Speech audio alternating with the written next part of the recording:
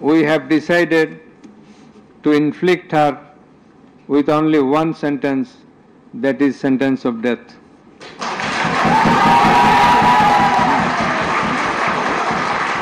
জুলাই গণ অভ্যুত্থানে সংগঠিত মানবতা বিরোধী অপরাধের মামলায় ক্ষমতাচ্যুত প্রধানমন্ত্রী শেখ হাসিনা সহ ৩ জনের বিরুদ্ধে আন্তর্জাতিক অপরাধ ট্রাইব্যুনাল ১ রায় ঘোষণা করেছে।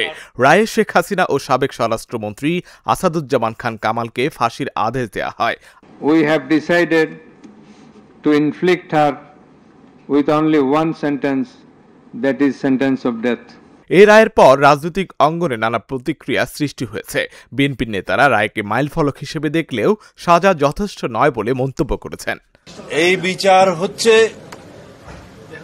অপরাধের তুলনায় যথেষ্ট নয়, কিন্তু এটা শুধু ন্যায় বিচার প্রতিষ্ঠা না, সামনের দিনের জন্য একটা উদাহরণ, এবং ভবিষ্যতে যাতে এই রাষ্ট্রে কেউ আর ফেসিবাদী শাসন ব্যবস্থা কায়েম না করতে পারে। এই রায় নিয়ে সন্তোষ প্রকাশ করে জামায়াত। এই বিচারের মধ্য দিয়ে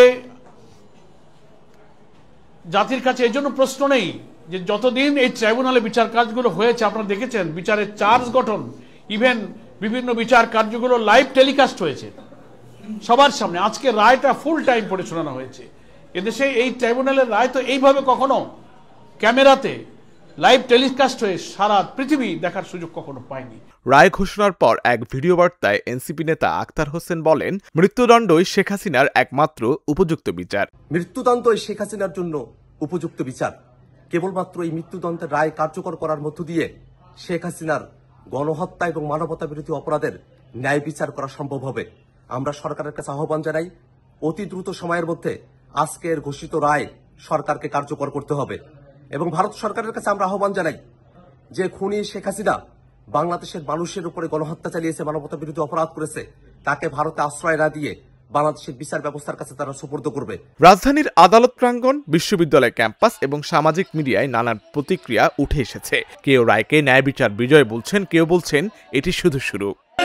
ভাষা সংক্ষিপ্ত হয়ে যাচ্ছে, ভাষা লিমিটেড হয়ে যাচ্ছে, যে আসলে কতটা শান্তি ওই প্রত্যেকটা মা, বোন, ভাই, প্রত্যেকটা মানুষের ফ্যামিলির যতগুলো আত্মীয়-স্বজন শেষ হয়ে গেছে, কারণ সন্তান যতগুলো মায়ের মুখ খালি, ওনাদেরকে জিজ্ঞেস করা উচিত যে ওনাদের কেমন লাগতেছে। যতগুলো মায়েরা সন্তান হারিয়েছেন, যতগুলো আহত ভাইয়েরা এবং বোনেরা হসপিটালের বিছানায় কাতরাচ্ছেন, তাদের প্রতি অন্তঃস্থল থেকে দোয়া। 5 তারিখের পর থেকে আজ পর্যন্ত আমরা এই দিনের জন্য অপেক্ষা করছিলাম যে শেখ হাসিনা খুনি হাসিনার রায় দিবে, তাকে আমরা পাশের মঞ্চে দেখতে চাই।